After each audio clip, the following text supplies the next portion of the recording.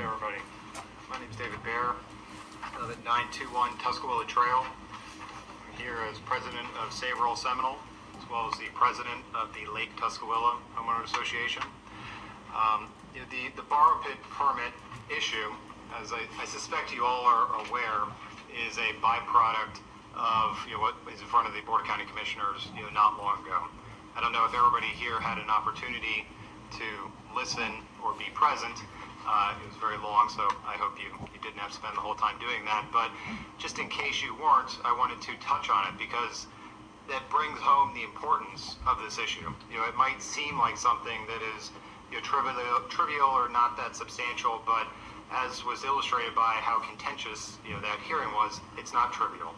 It was recognized unanimously by the commissioners that that hearing was about an attempt by a developer to twist the code that presently is in effect, so that processes could be allowed for approval of that developer's efforts, which avoided review of the commissioners. That's what this is all about, where the commissioners have the opportunity and right to review substantial development plans that have the possibility of impacting our community.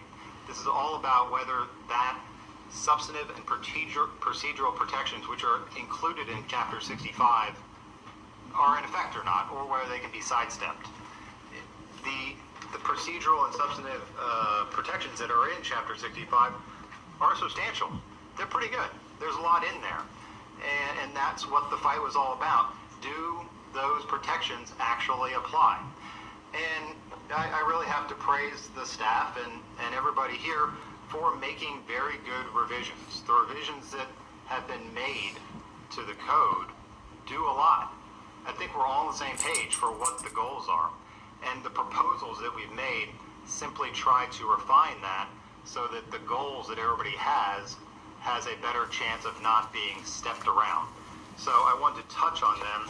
We went through the effort of, both in George's letter, writing out what those goals were and why they're there, as well as I wrote them into your revisions to the actual code so you can see the language that would effectuate that.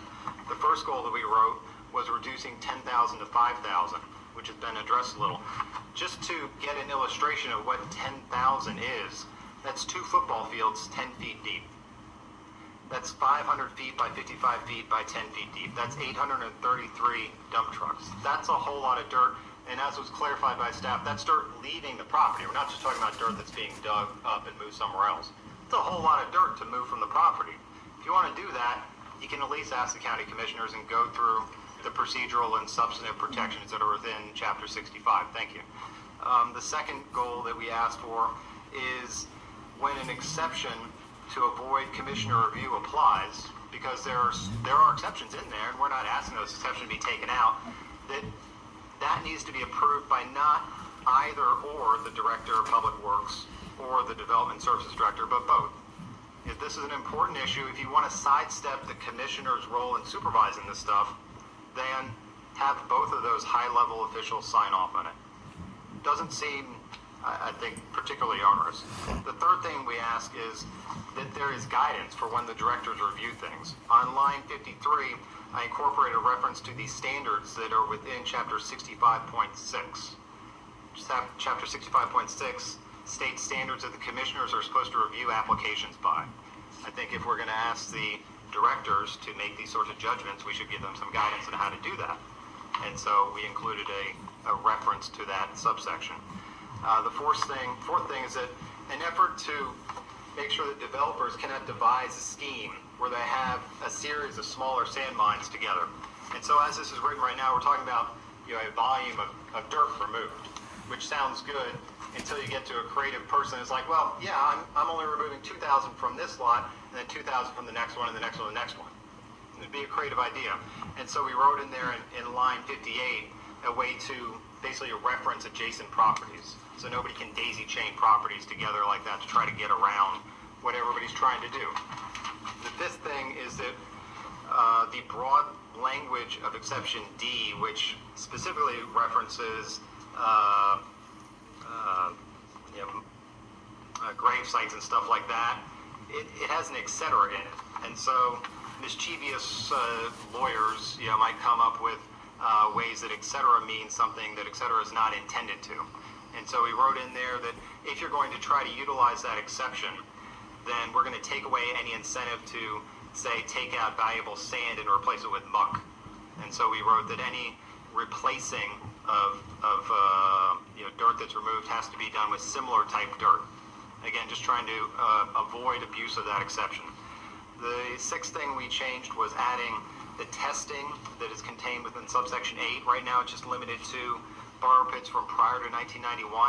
We took out that age, or that chronological restriction. So that testing applies to everything.